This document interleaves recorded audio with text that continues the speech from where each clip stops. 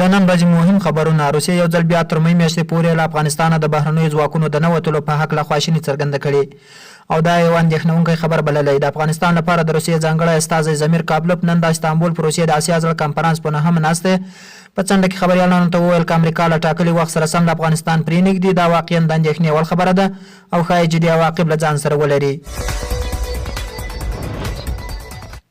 نن سهار د ځانګړو کمانډو ځواکونو یو افسر د بدخشان ولایت په نسي ولسوالۍ کې د سمندري حیواناتو د ښکار په مهال د امو په سیند کې غرق شو.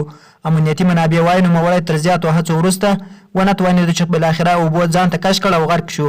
تر دې مهاله د نوموړي جسد نه دی پیدا شوی. تېره شپه د ننګرهار په کامې ولسوالۍ کې سپریه قطعې ځانګړو ځواکونو په یو کور عملیات کړي چې په ترڅ کې یې 2 ورونه شهیدان کړي.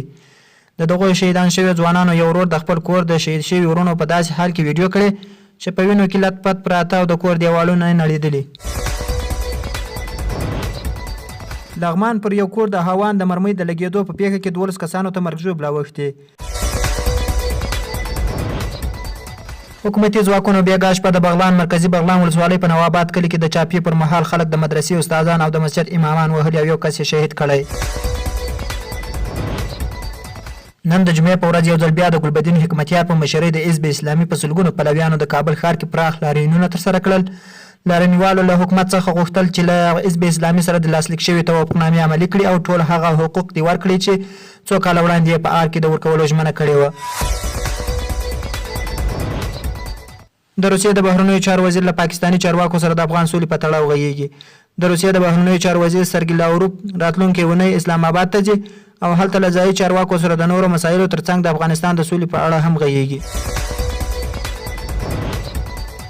سعودي پولیسو مسجد حرم کې یو تن داعشي نیولی.